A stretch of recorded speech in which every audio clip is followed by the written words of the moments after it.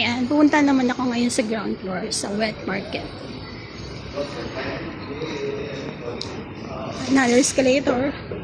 Ito ang kagandahan dito sa Hong Kong. Bukod sa hindi ka na mababasa at di maputik ang mga market, may escalator pa. O diba, pag bungad mo, ayan na. Yung mga dry goods.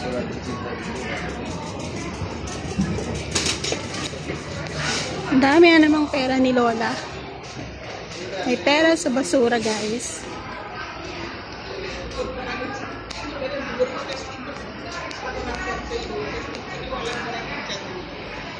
Yan ang 360. At ito may restaurant din pala. Flower shop. Okay din dito sa Choi Wan, guys. Kaya lang mas mahal ng konti kaysa sa Ngau Chi Wan. Saka mas maraming isda sa press piece sa Ngau Chi Wan. Ayan.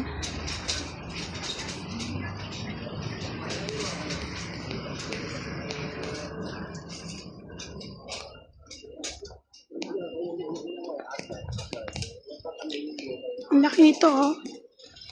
Kaya lang mahal. Saka hindi mo rin makikita yung kailangan mo dito. Saka dito maraming toilet. Ito ang wet market.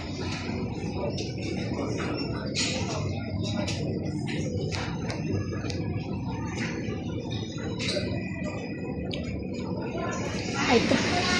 Ayan. Ito ang wet market, guys. Kaso, medyo mahal dito. Ang hirap mag-budget pag dito ka bibili.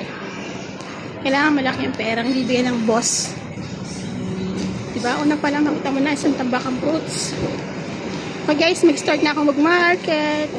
Please follow my YouTube channel.